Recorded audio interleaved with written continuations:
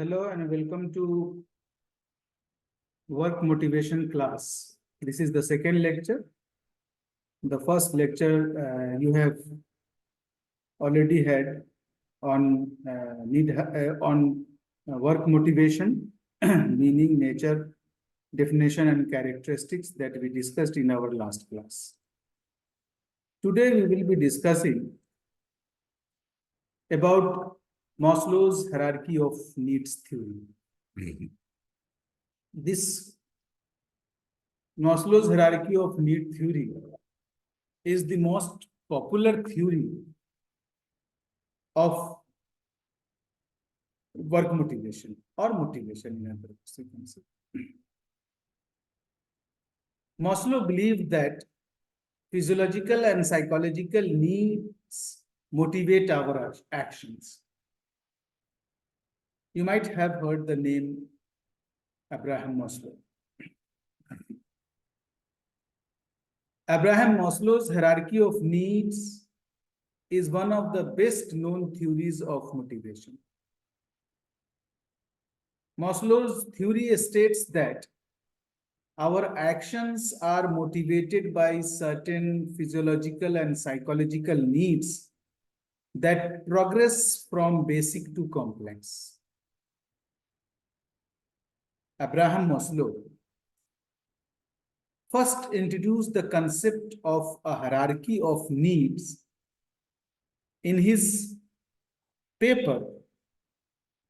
research paper titled A Theory of Human Motivation. This paper was published in 1943. And again in his subsequent book, Motivation and Personality, he discussed about need hierarchy. This hierarchy suggests that people are motivated to fulfill basic needs before moving on to other, more advanced needs. While some of the existing school of thought at the time, such as psychoanalysis and behaviorist school of thought, they tended to focus on problematic behaviors. But Maslow was more interested in learning about what makes people happy and what they do to achieve that aim. As a humanist, Maslow believed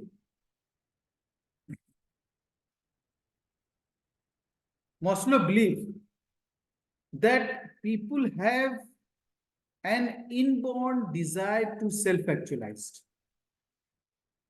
That is, to be all they can be. To achieve this ultimate goal, however, a number of more basic needs must be met. This includes need for safety, need for food, love, and self-esteem. Maslow believed that these needs are similar to instincts and play a major role in motivating behavior. There are 5 different levels of Maslow's hierarchy of needs. Starting at the lowest level, known as physiological needs, to the highest level, known as self-actualization. So his theory of or levels of hierarchy of needs can be represented through a pyramid shape that you can see on the slide now. The bottom is the first need comes at the bottom, that is physiological needs. Then safety, second level. Third level is love or belonging. Fourth is esteem needs. And the highest order, the fifth one is, the top is self-actualization. So in this class, we will be discussing each of the needs separately in a detailed manner. Let's first start with physiological needs. The physiological needs include those that are vital to survive. Some example of physiological needs include food, water, breathing, homeostasis. In addition to basic requirements of nutrition, air, and temperature regulation, physiological needs also include shelter and clothing.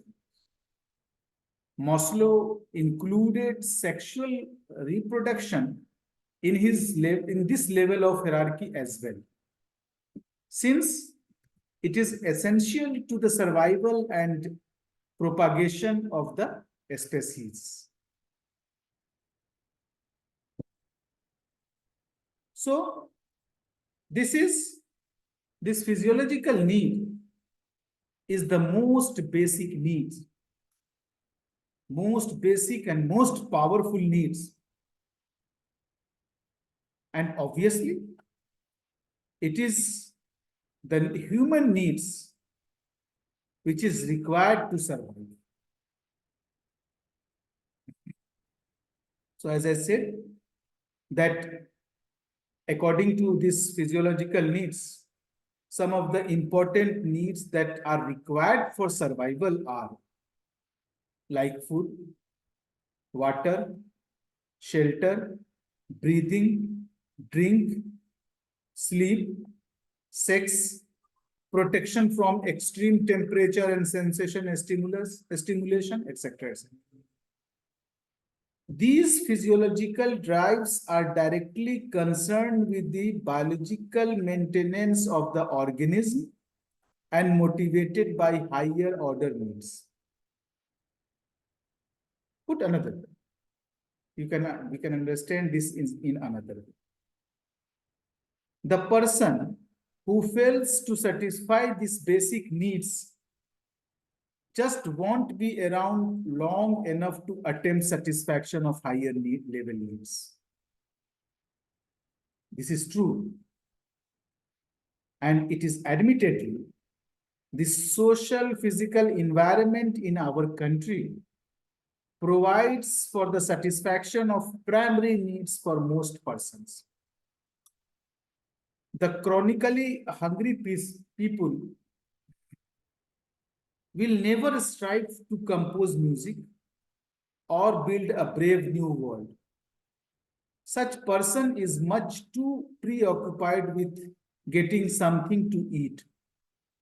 Maslow कहते हैं that for our chronically and extremely hungry man, utopia can be defined simply as a place where there is plenty of food. He tends to think that if only he is guaranteed food for the rest of his life, he will be perfectly happy and will never want anything more. Life itself tends to be defined in terms of eating. Anything else will be defined as unimportant. Freedom, love, community feeling, respect, philosophy may all be waved aside as fripperies that are useless since they fail to fill the stomach. Such a man may fairly be said to live by bread alone. So, physiological needs are crucial to the understanding of human behavior. The devastating effects on behavior produced by a lack of food or water have been chronicled in numerous experiments and autobiographies. One terrifying example of the behavioral effects by prolonged food deprivation occurred when a Peruvian airliner crashed deep in the jungles in South America in 1970. Trapped with a drawling supply of food, the survival, including a Catholic priest, resorted to eating the victims of the crash. This incident illustrates how deeply ingrained social and moral taboos can give way to biological drives under strategic conditions. Without doubt, physiological needs dominate human desire, forcing themselves on one's attention before higher order goals can be pursued. If you will see this physiological need in organizational context, physiological needs are represented by employees' concern for salary and basic working conditions. It is the duty of the manager to ensure that these needs of the employees are met so that they can be motivated to strive for gratification of higher order needs. So this is the first, the basic level of needs, that is hierarchy, first physiological needs. Now come to the second, that is security and safety needs. At the second level of Maslow's hierarchy, the needs start to become a bit more complex. At this level, the needs for security and safety become primary. People want to control and order in their lives. Some of the basic security and safety needs includes financial security, health and wellness, safety against accidents and injuries. Once, as you know, that it comes after physiological needs. So these needs arise after the attainment of the first need, that is first basic need, that is physiological needs. This safety needs is the primary motivating force here, is to ensure a reasonable degree of continuity, order, structure, and predictability in one's environment. Maslow suggested that the safety needs are most readily observed in infant and young children because of their relative helplessness and dependence on adults. Safety needs exert influence beyond childhood. The preference for secured income, acquisition of insurance, and owning one's own house may be regarded as motivated in partial seeking safety, at least in part. Religious and philosophical belief systems may also be interpreted in this fashion. So, religion and philosophies help a person organize this world and the people it into a coherent and meaningful whole, thus making the person feel safe. Safety and security needs in the organizational context correlates to such factors as job security, safety, safe working conditions, unionization, and lobbying for protective legislation. Managerial practices to satisfy the safety needs of employees include pension scheme, insurance, provident fund, gratuity, safe working conditions, grievance procedure, system, feeling of uncertainty, particularly regarding continued employment, favoritism, discrimination on the part of superior hardly creates feeling of security in an employee's mind. The third order needs at the third level from bottom is social needs. The social needs in Maslow's hierarchy include love, acceptance, and belonging, friendship, romantic attachment, family relationship, social group, community group, churches and religious organizations. At this level, the need for emotional relationships drives human behavior.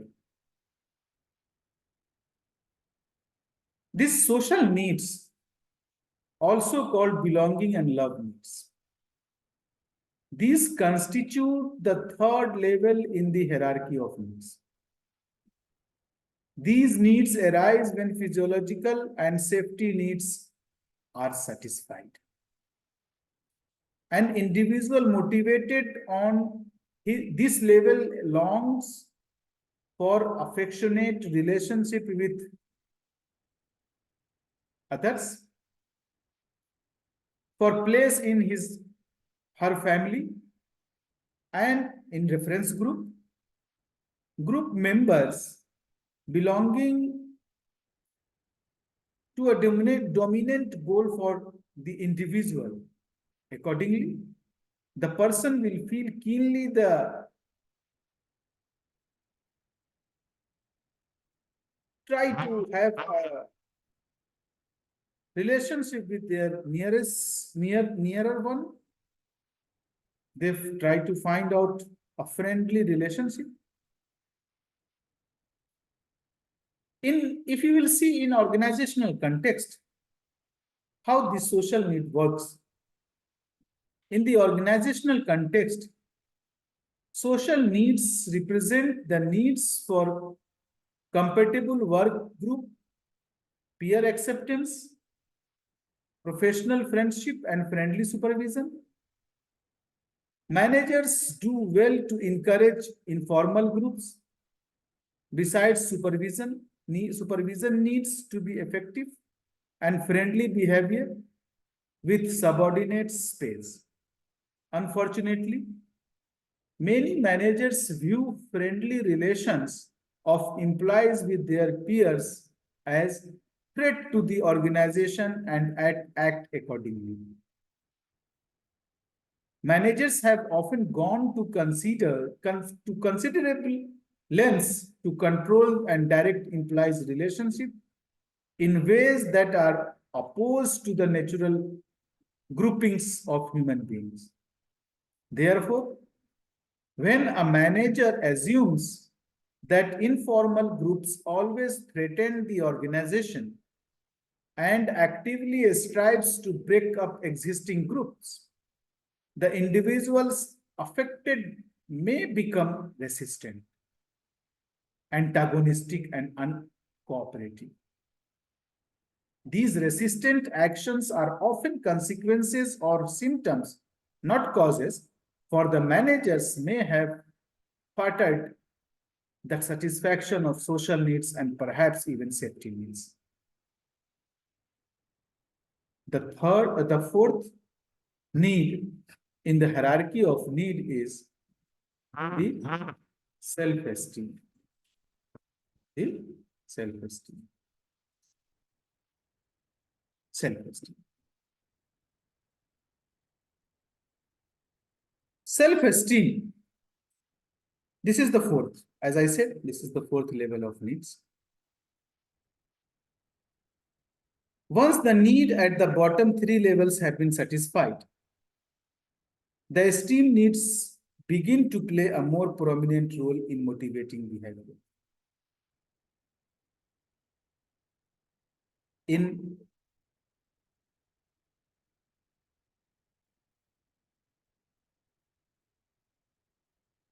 At this level, it becomes increasingly important to gain the respect and appreciation of others for others. People have a need to accomplish things, then have their efforts recognized. In addition to the need for feelings of accomplishment and prestige, esteem needs include such things such as self-esteem and personal worth. People need to sense that they are valued by others and feel that they have making a contribution to the world. Participation in personal activities, academic accomplishment, athletic or team participation, and personal hobbies can all play a role in fulfilling the self-esteem needs. People who are able to satisfy esteem needs by achieving good self-esteem and our recognition of others tend to feel confident in their activities. Conversely, those who lack self-esteem and the respect of others can develop feelings of inferiority. So, an individual's self-esteem is, we can say, is a kind of esteem from others, which includes prestige, recognition, acceptance, attention, status, reputation, and appreciation, as I just discussed. In this case, individual needs to be appreciated for what they can do. They must experience feeling of worth because their competence is recognized and valued by others. Satisfaction of the self-esteem needs generates feelings and attitudes of self-confidence, worth, strength, capability, and of being useful and necessary in the world. In contrast, the thwarting of these needs leads to feeling and attitudes of inferiority, as I said, emptiness, weakness, and helplessness. These negative self-perceptions may in turn give rise to basic discouragement, sense of futility, and hopelessness in dealing with life's demands and a low evaluation of self vis-a-vis others. Maslow emphasized that the most healthy self-esteem is based on earned respect from others rather than on fame, status, and adulation. Esteem is the result of effort. It is earned. Hence, there is a real psychological danger of basing one's esteem needs on the opinion of others rather than on real ability, achievement, and adequacy. Once a person relies exclusively upon the opinions of others for his own self-esteem, he places himself in psychological jeopardy, psychological danger. To be strong in this regard, self-esteem must be founded on one's actual worth rather than on external factors beyond one's control. If we see in organizational context, self-esteem needs correspond to job title, merit pay increase, peer or supervisory recognition, challenging work responsibility, and publicity in company publication. Managerial practices to fulfill these needs include challenging work assignments, performance feedback, performance recognition, personal encouragement, and involving implies in goal getting and decision making. Now, the last order need that we are going to discuss is self-actualization. At the very peak of Maslow's hierarchy are the self-actualization. Self-actualizing people are self-aware. They are concerned with personal growth. They have less concern with the opinions of others and interested in fulfilling their potential. Maslow said of self-actualization, quote, "It may be loosely described as the full use and exploitation of talents, capabilities, potentialities, etc. Such people seem to be fulfilling themselves and to be doing the best that they are capable of doing.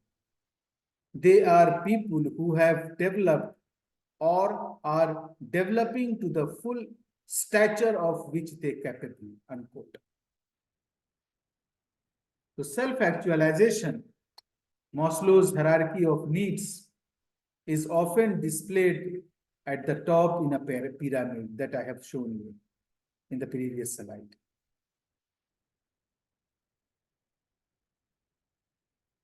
Maslow's specifically characterized self-actualization as the desire to become everything that one is capable of becoming, as I just said.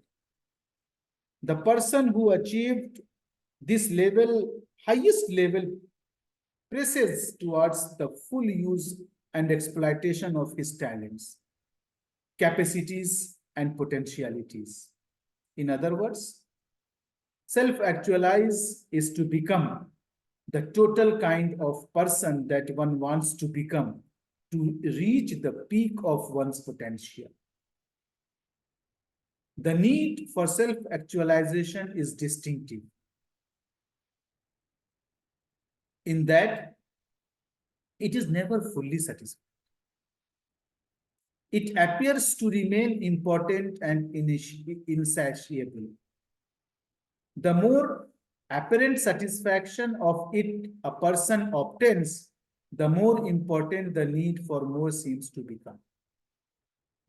Though the impulse to realize one's potential in natural condition and natural and necessary, only a few, usually the gifted, ever do so. It's very difficult. Maslow himself estimated that less than 1% of the population fulfills the need for self-actualization. Maslow advances three reasons for this. First, people are invariably blind to their own potentialities. Second, the social environment often stifles development towards self-fulfillment. Women, for example, were stereotyped for long to be housewives. This prevented them from reaching self-fulfillment. A final obstacle is the strong negative influence exercised by the safety needs. The growth process demands a constant willingness to take risks, to make mistakes, and to break old habits. This requires courage. It logically follows that anything that increases the individual's fear and anxiety also increases his tendency to regress towards safety and security. In organizational context, if you see this, self-actualization needs correlates to desire for excellence or excelling oneself in one's job, advancing an important idea, successfully managing a unit, and the like.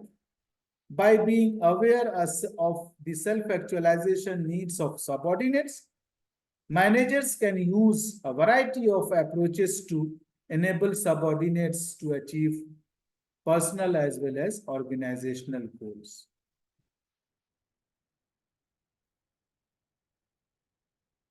So this was the self-actualization. So now you got to know about the 5 levels of needs that we discussed, from physiological to self-actualization. In Maslow's hierarchy of needs, it can be separated. If you will see the entire needs, all the 5 needs, those can be separated into 2 types of needs. That is called deficiency needs and growth needs. What is deficiency needs? Deficiency needs includes physiological, security, social and esteem needs, which arise due to deprivation. Satisfying these lower level needs is important to avoid unpleasant feelings or consequences. Growth needs. Maslow called the growth needs at the top of the pyramid growth needs. These needs don't stem from a lack of something, but rather from a desire to grow as a person. While the theory is generally portrayed as a fairly rigid hierarchy, 5 different hierarchies that we have discussed now, Maslow noted that the order in which these needs are fulfilled does not always follow this standard progression from bottom to top. For example, he noted that for some individual, the need for self-esteem is more important than the need for love. For others, the need for creative fulfillment may supersede even the most basic needs. So, the different types of needs that he discussed was basically of 2 types, which was based on the 5 level of hierarchy that he discussed. This hierarchy of needs has been criticized. Maslow's theory has become widely popular both in and out of psychology. The field of education and business have been particularly influenced by this theory. But Maslow's concept has not been without criticism. Chief among the long-held objections are, first is that needs don't follow a hierarchy. While some research has shown support for Maslow's theories, most of the research has not been able to substantiate the idea of needs hierarchy. One researchers, Wahaba and Bridwell, reported that there was little evidence for Maslow's ranking of these needs and even less evidence that these needs are in hierarchical order. Second, the theory is difficult to test. Other critics of Maslow's theory noted that his definition of self-actualization is difficult to test scientifically. His research on self-actualization was also based on a very limited sample of individuals, including people who knew, as well as biographies of famous individuals who Maslow believed to be self-actualized. Some of the most recent critics suggest that Maslow was inspired by his belief system of the Blackfoot Nation, but neglected to acknowledge this. Maslow studied the northern Blackfoot tribe as an anthropologist. However, this foundation basis disappeared over time, causing him to misuse the concept he was originally there to assess. But this theory has wide impact also. Regardless of the criticism, Maslow's hierarchy of needs represented part of an important shift in psychology and in management. Rather than focusing on abnormal behavior and development, Maslow's humanistic psychology was focused on the development of healthy individuals. There has been relatively little research supporting Maslow's theory, yet the hierarchy of needs is well known and popular both in and out of the psychology. And in a study published in recent year, researchers from the University of Illinois set out to put this hierarchy to the test. What they discovered is that while the fulfillment of the needs was strongly correlated with happiness, people from cultures over the world reported that self-actualization and social needs were important, even when many of the most basic needs were unfulfilled. Such results suggest that while these needs can be powerful motivators of human behavior, they do not necessarily take the hierarchical form that Maslow described.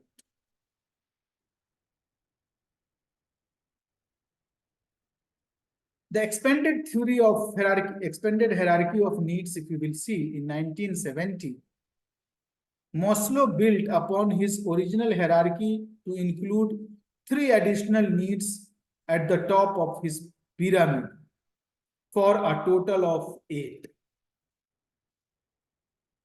First one was cognitive needs. This centers on knowledge. People generally want to learn and know things about their world and their places in it. Second was aesthetic needs. This addresses the appreciation of beauty and form. Literature, people might fulfill these needs through enjoying or creating music, arts, literature, and other creative expressions. And the last one is transcendence needs. Maslow believed that humans are driven to look beyond the physical self in search of meaning.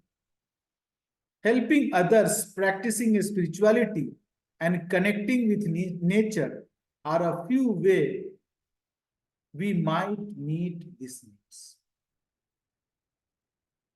So, based on the discussion on Maslow's need hierarchy, we can say that this method is the most recognized, most important method of work motivation.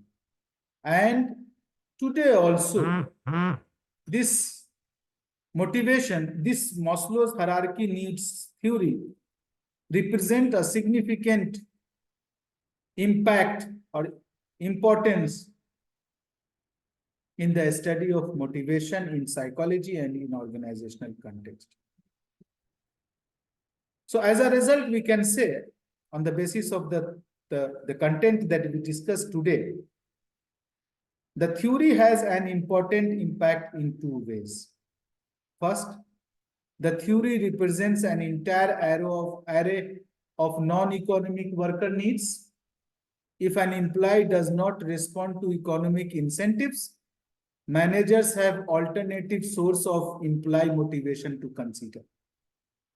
Second, Maslow's hierarchy provides an important explanation for the changing motivations of workers over time.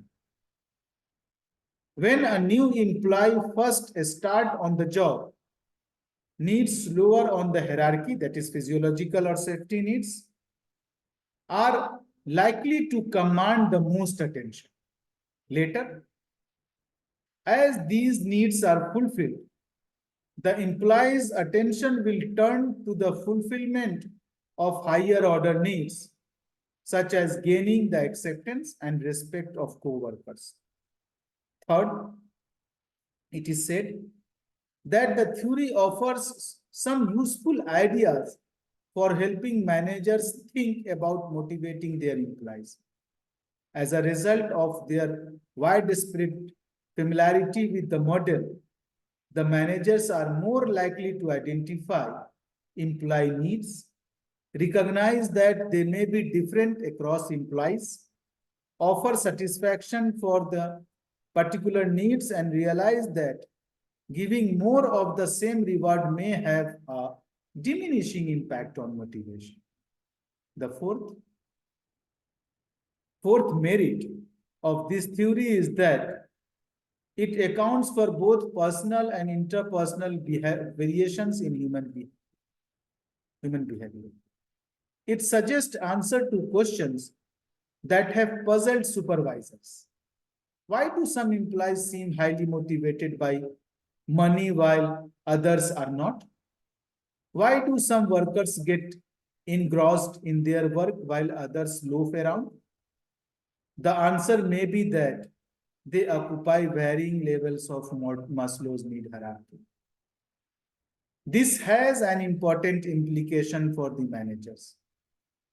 The implication is that the desired behavior is most likely to occur if it results in the satisfaction of an employee's prepotent needs, reward or incentives, therefore will be effective when they are linked to the potential level.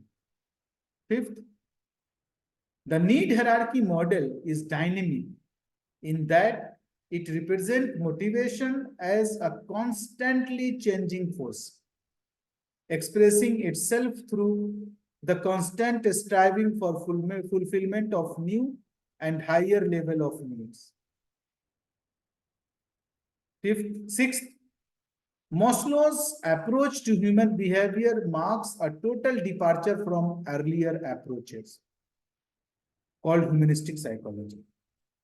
Maslow's approach is based on existential philosophy. One of the basic tenets of existential philosophy is that a man is a healthy, good and creative being capable of carving out his own destiny. The philosophy prompted Maslow to conceptualize self-actualization needs. One may not subscribe to existential philosophy, but Maslow deserves to be complimented because of his departure from Freud, who was obsessed with sex, and Skinner, who sought to extend observation derived from animal research to human behavior. Finally, the theory deserves appreciation for its simplicity, commonness, humanness, and intuitiveness. Okay, so today we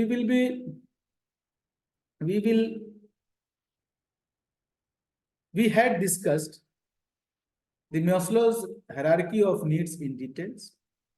In the next class, I will come up with another theory of motivation. Thank you for today.